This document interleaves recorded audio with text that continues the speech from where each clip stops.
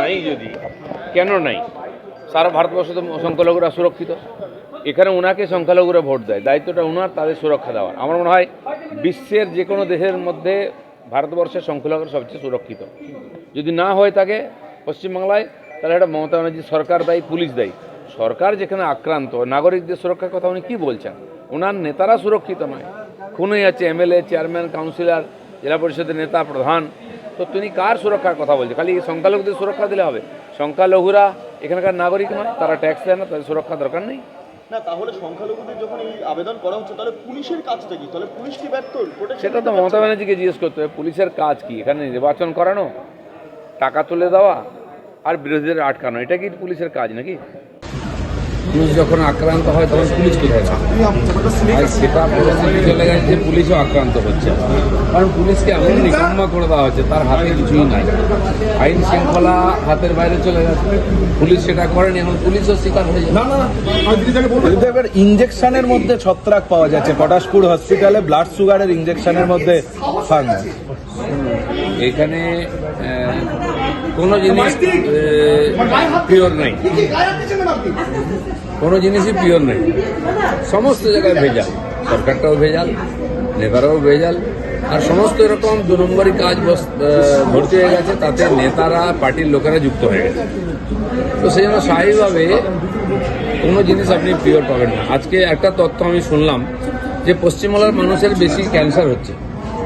বোম্বে যান, যেখানে যান বাঙালি, কেন বাঙালিরা ক্যান্সার আক্রান্ত হচ্ছে না? এখানে সবচেয়ে বেশি ভেজাল। যে সর্ষের তেলটা আমরা খাই সেটাও ভেজাল, অন্যান্য খাবার দাবার মধ্যে ভেজাল বেশি, সেজন্য আমরা আক্রান্ত হচ্ছি বেশি। এবং এই সরকারের কোনো রোল নেই, পরিবেশ নিয়ে, ভেজাল নিয়ে সরকারের কোনো ইনিশিয়েটিভ নেই। কখনো কোথাও ধরা হয় না, কোথাও টেস্ট করা হয় না, কাউকে সাজা দেওয়া হয় না, তার পরিণাম এটাই হয়েছে। সীমান্ত এলাকাতে দেখা যাচ্ছে ভারতীয়দের যে সমস্ত জমি রয়েছে সেই সমস্ত ক্ষেত নষ্ট করে দেওয়া হচ্ছে বাংলাদেশিদের তরফে। হাতাহাতির মতো পরিস্থিতি সীমান্ত এলাকায় তৈরি হচ্ছে, ক্ষেত নষ্ট করে। কি বলবেন? বাংলাদেশে এমন একটা ভারত বিরোধিতা পরিবেশ তৈরি করা হচ্ছে, কিছু লোক সেই সুযোগে এই ঘটনাগুলো ঘটাচ্ছে।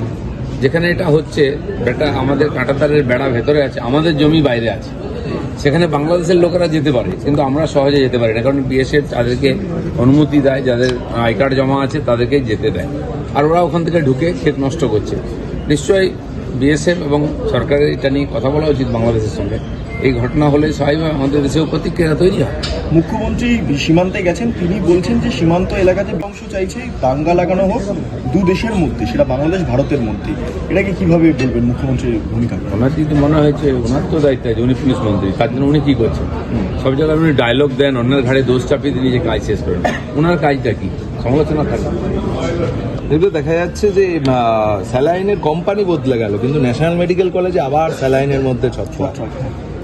যেই কোম্পানি বদলাক, পশ্চিমবাংলার মাল বাইরে গেছে বলে কর্ণাটক সরকার এক সময় ব্যান করেছিল তাকে, কারণ ওখানেও 2 নম্বরই স্যালাইন পাওয়া গেছে, তারা ক্যান্সেল করবে, ব্ল্যাক লিস্টেড করা হচ্ছে।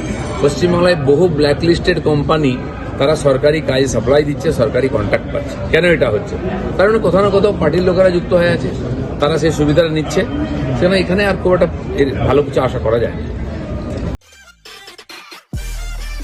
সব খবর সবার আগে পেতে আমাদের চ্যানেলটি সাবস্ক্রাইব করুন এবং পাশে থাকা বেল আইকনটিতে ক্লিক করুন, লাইক ও শেয়ার করুন।